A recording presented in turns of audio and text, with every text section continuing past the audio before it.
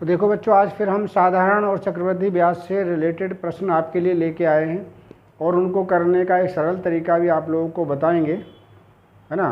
तो देखिए, पहला प्रश्न अगर आप देखें तो इसमें कहा गया है किसी धन का 4% वार्षिक ब्याज की दर से 2 वर्ष का चक्रवृद्धि ब्याज ₹102 है। उसी धन का उसी दर से उतनी ही अवधि के लिए साधारण ब्याज कितना होगा। प्रश्न को एक बार समझ लेंगे फिर से कि एक धन है, धन का पता नहीं कितना धन है, उस धन का हमें मान पता करना है, लेकिन ये कह रहे हैं कि उस धन का 2 वर्ष का चक्रवृद्धि ब्याज ₹102 है 4% वार्षिक ब्याज की दर से। तो आपको सबसे पहले क्या काम करना है, इसमें मूलधन का पता करना है। मूलधन किसके बराबर होता है ना, मूलधन P के बराबर होता, तो P का मान आपको यहाँ पे पता करना है सबसे पहले, ठीक है। तो यहाँ पर जो आपको दिया गया वो देखिए, चक्रवृद्धि ब्याज का फार्मूला मैं आपको लिख दे रहा हूँ। ये होता है P इंटू 1 + R/100 पूरे की पावर n का मतलब समय और -1 फिर बड़ी ब्रैकेट बंद और बराबर में दे रखा है इसका मान ₹102 है। कितना? ₹102 उन्होंने दे रखा है। अब चलिए इसी को हम इसी सीक्वेंस को आगे बढ़ा देते हैं। P की जगह P लिखा रहने दीजिएगा, 1 की जगह पर 1 लिख दीजिए और R की जगह पर लिख देंगे कितना, 4%। तो ये हुआ आपका 4/100 ऐसे करके। समय कितना है बच्चों, समय दे रखा है उन्होंने 2 वर्ष, तो 2 वर्ष यहाँ लिख देंगे। -1 करते हैं हम इसमें और बराबर में जो दे रखा 102 एस सच लिख देंगे यहाँ। काट दें अगर इसको तो 4 ही कम 4 और ये 25 चौका 100, तो 25 आपके पास इस प्रकार से आ गया। तो सबसे पहला हमारा प्रयास है कि हम किसी तरह से P का मान ज्ञात कर लें। तो मैंने फिर इसको लिखा ऐसे ही, 25 से कम 25 और एक 26, तो लिखेंगे 26 × 26 बटे 25 × 25 -1 और बराबर 102, ठीक है। अब यहाँ पर देखेंगे, इसमें से घटाएंगे तो 26 का वर्ग -25 का वर्ग आ जाएगा। तो अगर हम इसको देखें, 26 का वर्ग -25 का वर्ग हमने बताया था, तो क्या होता है, 2 क्रमागत संख्याओं का वर्ग उनके योग के बराबर होता है। किसके? उनके योग के बराबर होता है। तो ऊपर तो हमारे पास आ गया P इंटू कितना, 26 के वर्ग में से 25 का वर्ग घटा देंगे तो ये 51 आ जाएगा और बटे नीचे 625 आ जाएगा आपका, और बराबर में क्या दे रखा है भाई, 102। चलिए यहाँ इसे P का मान अगर हम ज्ञात करना चाहें तो P का क्या मान हमें मिलेगा वो देख लेते हैं। P बराबर हमारे पास बच्चों ये आ गया, देखिए ध्यान से, P बराबर 102 × 625 बटे 51 दूनी 102, ठीक है। तो 51 दूनी का 102 हो जाता है हमारे पास। और इस प्रकार से आप देखेंगे, ये आपका इसका दुगुना कर दीजिए 625 का, तो ये मुझे लगता है ₹1250 आपका ये मूलधन यानी P का मान ₹1250 आपको प्राप्त हुआ, ठीक। अब चाहिए आपको साधारण ब्याज, पूछा उन्होंने, पूछा क्या, साधारण ब्याज। साधारण ब्याज क्या होता है भाई, मूलधन का मतलब 1250 गुणा दर का मतलब 4 गुणा समय का मतलब 2 और बटे का मतलब 100। तो 100 का एक 0 ये आप काट सकते हैं यहाँ से, इसे 2 से काट दें अगर हम तो 2 पंजे 10, 5 से इसको काट दीजिए, आपका आ गया 25 और 25 चौका ₹100 आपका साधारण ब्याज आ गया। कितना? ₹100 आपका साधारण ब्याज आ जाता है। तो इस प्रकार से देखिए सेकंड आंसर आपको प्राप्त हो जाता है हमारा। अब देखिए एक और सवाल हम इसमें देख लेते हैं। इसमें कहा एक राशि पर 3 वर्ष के अंत में 15% वार्षिक ब्याज की दर से उचित चक्रवृद्धि ब्याज ₹6500.52 है। राशि कितनी है? राशि का मतलब P का मान इसमें ही पूछा है भाई। तो क्या क्या दिया इसमें? समय दिया है 3 वर्ष, दर दिया है कितना भाई, दर दे रखा है आपको 15% और ब्याज दे रखा है आपको कितना, ₹6500.52, ठीक। तो देख लेते हैं पी का मान ज्ञात करने का जैसा फार्मूला हमने आपको बताया भी था। फार्मूला पी का सूत्र हमने क्या बताया था, ये फार्मूला बताया था आपको, P into R upon 100 whole की पावर n और -1 ब्याज का सूत्र है, और ये बराबर दे रखा उन्होंने 6500.52 ये उन्होंने दे के रखा है। अब इसमें आर का मान रख देंगे कितना भाई, 15। चलिए जैसे जैसे कह रहे हैं वैसे करके चलते हैं। पी को तो ऐसा सच रहने दीजिए, 1 + 15 यहाँ रख दीजिए और 100 ऐसा सच रहने दीजिएगा, और यहाँ पर समय है 3 वर्ष तो 3 को यहाँ लिख दीजिए -1, और इस प्रकार से ये आपका जो राशि चल रही है 6500.52, इसको ऐसा सच रहने दीजिए। ठीक, अब हम चलिए काट लेते हैं इसको। काट करके क्या करेंगे, 5 से काट दीजिए, 5 × 15 और ये आपका 20 बार कट गया यहाँ पे, तो ये हो जाएगा आपका कितना, P इंटू 20 कम 20 और 3 23 को 3 बार लिखेंगे, 23 गुणा 23 बटे 20 गुणा 20 और -1 लिख देंगे, और फिर बराबर में हमारा जितनी धनराशि दे रही है 6500.52 ये हमारे पास इसी प्रकार से लिखी रहेगी जैसी कि जैसी आ रही है। ठीक है, अब हम क्या करेंगे, ऊपर वाले का गुणा कर लेंगे भाई।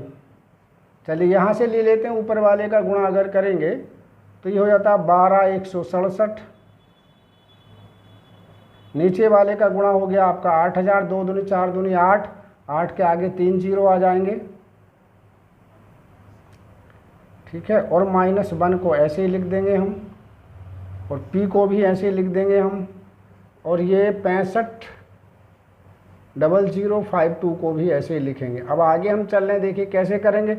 इसमें से 8000 घटा देंगे तो ये आ जाएगा 4167, और इसका उल्टा होकर के इधर चला जाएगा ये। तो इस प्रकार से P का मान हमें कुल मिला के निकालना होगा, तो ये हो जाएगा 6500.52 गुणा 8 के आगे 3 जीरो ऊपर आ जाएंगे, और नीचे आ जाएगा 4167। ये आपका इस प्रकार से हमारा आ जाता है भाई। ठीक है, अब करना क्या आपको, देखिए इसके 2 जीरो खत्म कर दें तो दशमलव खत्म हो जाएगा हमारे पास।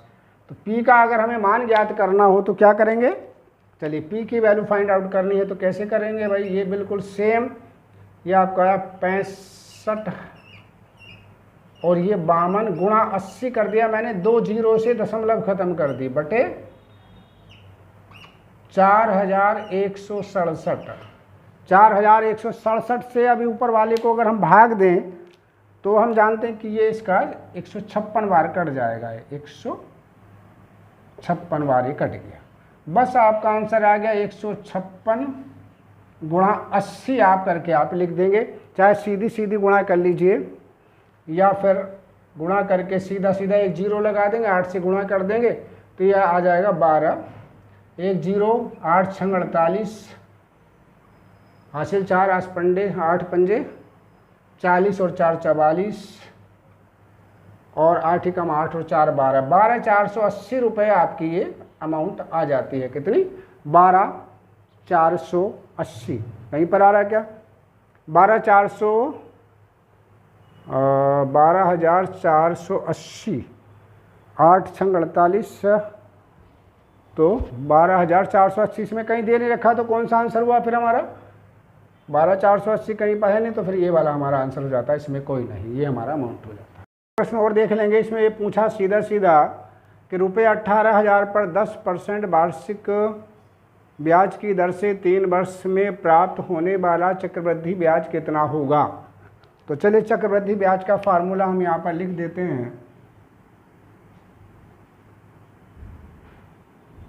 चक्रवृद्धि ब्याज, इसका फार्मूला हमने बताया था P इंटू 1 + R/100 होल की पावर n -1। ये मान इसका पूछा, तो चलिए एक ही लाइन में इसको कर देते हैं। पी का मान 18,000 आप लिख दीजिए, और इसके बाद आर का मान कितना जी, आर का मान है 10, तो यहाँ पर लिख दीजिए 10/100, और एन का जो मान है आपका वो 3 वर्ष दे रखा है और -1, और बस आपका ये आंसर आ जाएगा। इससे इसको काट देते हैं, तो कुल मिलाकर के आपका कितना है 18,000 गुणा 10 और 11 गुणा 11 बटे नीचे आपका 10 गुणा 10 आ जाएगा, 0 आप काट सकते हैं। हाँ नहीं, अभी एक मिनट, इसको चूँकि हमें -1 करना होगा, इसलिए यहाँ पे थोड़ा सा ये संशोधन आप देख लेंगे। इस प्रकार से ये हमारे पास आया 18,000 को, तो हम ऐसा ही लिखेंगे। यहाँ पर आ गया आपका 11 गुणा 11 बटे 10 गुणा 10 -1 बराबर 18,000 गुणा जी। अब देखेंगे ऊपर वाले का आ जाएगा 1331 में से 1000 घटाएंगे तो 331 बटे 1000 हमारे पास हो जाएगा नीचे। 1 0 2 0 3 0 1 0 2 0 3 0 बस काट देंगे और आपका यह आंसर आपको प्राप्त हो जाएगा।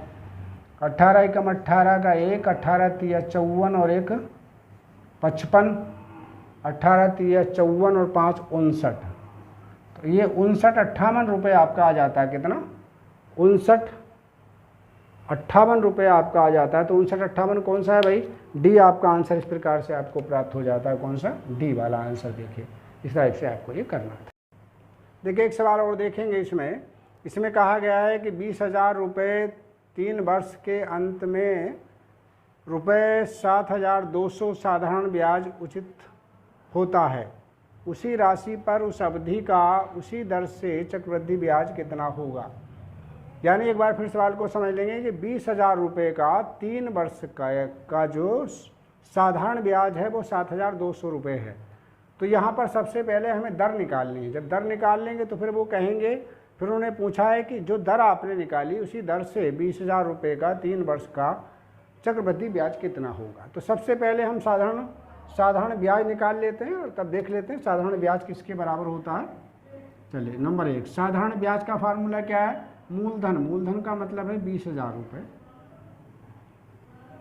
20,000 रुपये गुणा समय कितना है? 3 वर्ष, गुणा दर हमें पता नहीं, वो आर मान ली हमने, और बटे 100, और इसका मान उन्होंने दिया है 7,200 रुपये। ये आपको दे रखा है। बस आपको क्या फाइंड आउट करना है भाई बच्चों, यहाँ से आर का मान निकालना है। तो 1 0 से ये वाले 0 काट दीजिए, ठीक है। इसके आपस में गुणा करिए, 200 या 600 होते हैं। तो आर का मान आ गया 7200 बटे 600, 0 काट देंगे इसके दोनों, 12 छंग 72। जो आर का मान आ गया वो 12 आ गया भाई, ठीक है। बस अब 12% की दर से आपको क्या ज्ञात करना है भाई? चक्रवृद्धि ब्याज ज्ञात करना 3 वर्ष का। अब बस चक्रवृद्धि ब्याज का फार्मूला लिख दीजिए। चलिए चक्रवृद्धि ब्याज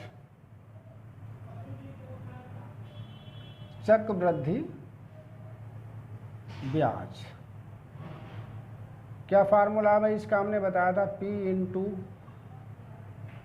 1 + R/100 होल की पावर n-1, ये हो जाता है। चलिए इसी को आगे लेकर के हम अब चल रहे हैं, ज़रा सा ध्यान से देखिएगा। P का मान है 20,000 गुणा 1 + 12 बटे 100, पूरे की पावर कर दीजिए आप कितनी? 3 - 1 बराबर, चाहे इसे काट दीजिए, 4 से काटेंगे तो ये आपका आ गया 4 तिया 12 और ये हो गया आपका 25। तो 25 और 3 28 हो जाता है इस प्रकार से। तो हमने लिखा 20,000 गुणा 28 को 3 बार आप लिख सकते हैं यहाँ, और नीचे आप 25 को भी 3 बार लिख सकते हैं। और इस 20,000 का हमने अंदर गुणा किया, 1 से भी इसका गुणा कर दीजिए। चलिए आपका ये झंझट ही खत्म हुआ। ठीक है, इस प्रकार से हम इसको कर सकते हैं। अब काट देते हैं भाई इससे। 25 अट्ठे 200 होते हैं, तो ये 800 बार कट गया। ठीक है, 25 से फिर काटिए इसको। 25 तिया 75 और 25 दूनी 50, यानी 32 हमारे पास इस प्रकार से आ गया। अब हम 28 गुणा 28 बटे और 32 का आपस में गुणा करेंगे, तो ये आ जाएगा 27 29 64।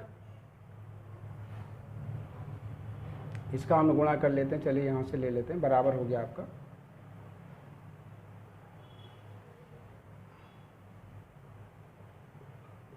64 बटे 25 और माइनस के 20,000 इसमें से घट जाएगा। अब क्या करना है, इसकी भी आपस में गुणा कर लीजिए और इसको भी आपस में यहाँ पे घटा दीजिए। जब इसको घटा देंगे हम तो आ जाए 20 24 64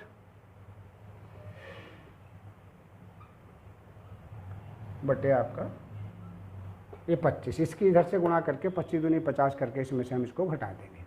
25 से इसको भाग कर दीजिए, तो ये 25 से भाग करेंगे तो